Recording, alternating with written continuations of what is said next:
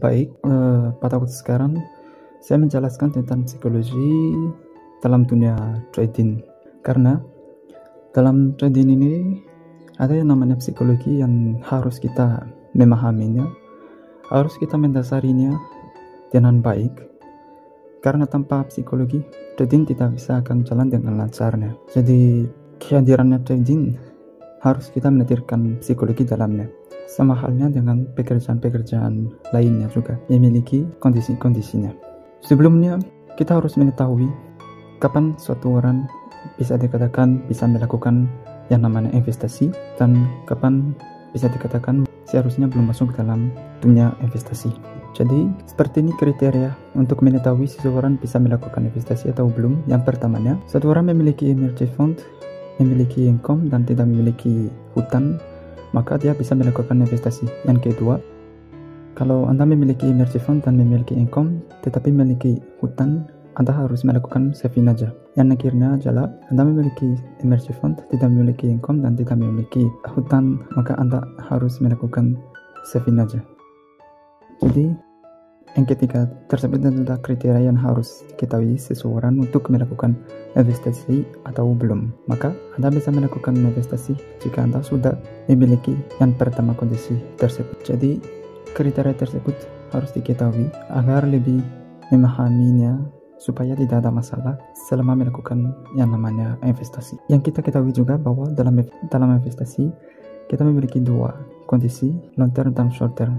Long term dalam jangka waktu panjang bisa jadi 5 tahun atau beberapa tahun. Short term dalam waktu pendek termasuk scalper atau trader dalam beberapa waktu saja, bisa jadi 1 jam.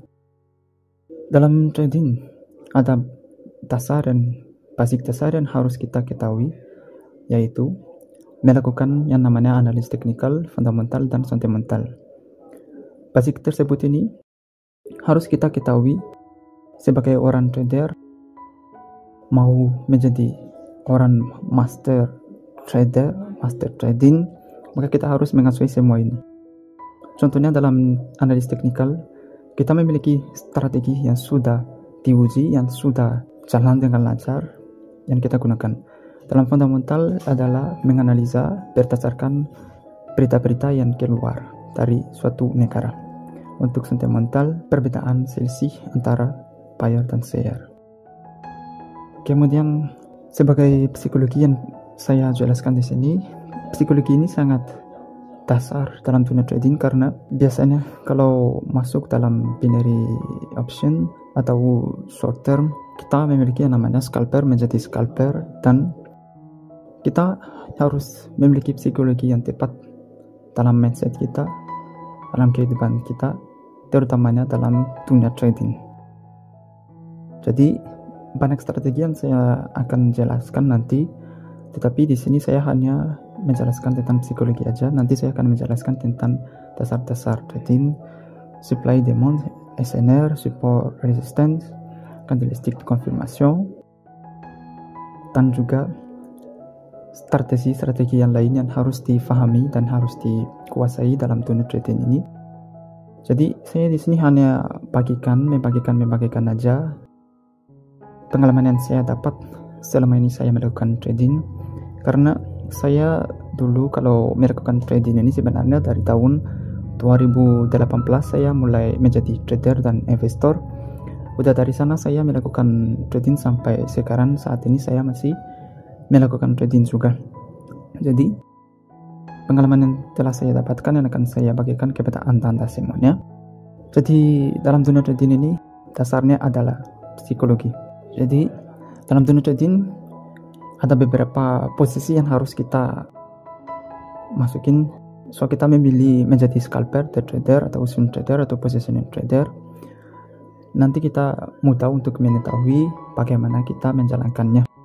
Nanti saya akan jelaskan semua ini dengan video lainnya, tetapi dalam penjelasan yang saya jelaskan pada video ini tentang psikologi saja.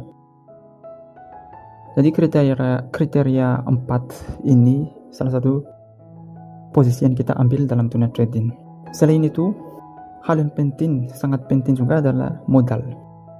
modal kita.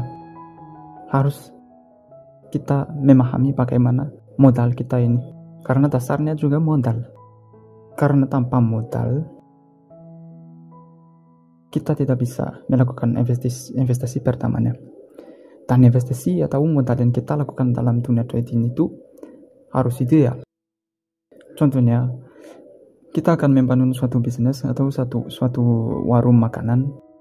Lalu kalau dijumlahin, coba kita anggap aja itu lebih dari 10 juta. Lalu uang tersebut tidak langsung akan kembali dalam 1 hari atau 1 minggu atau 1 bulan, bahkan 1 tahun pun baru bisa kembali begitu. Jadi dari jumlah uang lebih dari 10 juta tersebut untuk membangun bisnis warung makanan itu, tidak ada garansinya atau jaminan bahwa dia itu akan kembali, uang itu akan kembali lagi modal itu. Tapi dengan berjalan waktu, dengan proses dan keyakinan kita bahwa ini akan bisa berjalan dengan lancar, maka itu berjalan dengan lancar. Karena semua, apapun itu membutuhkan yang namanya modal. Mau makan kita, mau apapun kita membutuhkan yang namanya modal. Jadi dari yang investasi untuk membangun warung makanan tersebut dengan uang lebih dari 10 juta, bisa jadi itu menjadi bertambah jika dengan proses perkembangan yang kita lakukan. Begitu juga dengan dunia trading, kita melakukan deposit. Kita harus memahami atau harus memiliki skill untuk melakukan deposit dalamnya, untuk melakukan trading dengan baik. Jadi kalau kita mau coba-coba saja dan kita melakukan deposit $10, maka uang kita akan hilang cepat sekali. Karena apa? Kita akan lakukan deposit terus, jadinya konsisten deposit tapi bukan konsisten untuk withdraw. Jadi lebih bagusnya kita nabung aja dulu. Karena contohnya tadi, untuk warung makanan, membangun warung makanan lebih dari 10 juta yang kita butuhkan. Gimana lagi kalau kita melakukan trading, harus perhatikan dalam modal ini. Kalau kita siap untuk menjadi seorang trader atau seorang investor, maka kita harus melihat semua itu. Karena kalau kita mau melakukan deposit dalam dunia trading dan minimal yang kita lakukan, bukan tidak bagus kalau kita hanya deposit $10, bisa. Cuma masalahnya kita tidak memiliki ketenangan, kita tidak memiliki yang namanya kesabaran dan strategi yang kuat, maka uang kita itu akan cepat habis. Maka lebih bagusnya ditabung aja dulu. Nanti kalau udah penuh 2 juta lebih atau 1 juta lebih, baru kita melakukan deposit. Maka dengan modal yang besar kita tenang sambil belajar, dan trading kita akan berjalan dengan lancar. Begitu. Termasuk juga itu yang namanya psikologi yang harus dikuasai. Karena kalau uang kita $10 itu habis terus, nanti digabung itu menjadi gunung. Lebih bagusnya nabung aja dulu, nanti belajar sambil mengumpulkan strategi, nanti baru didepositkan. Jadi harus diperhatikan modal kita ini, karena investasi ini sangat beresiko. Jadi kalau semakin modal kita kecil, semakin kita memiliki yang namanya tidak kesabaranan, dan juga tidak memiliki yang namanya konsistensi untuk melakukan trading. Jadi di sini saya hanya menjelaskan psikologi sederhana saja yang harus kita ketahui.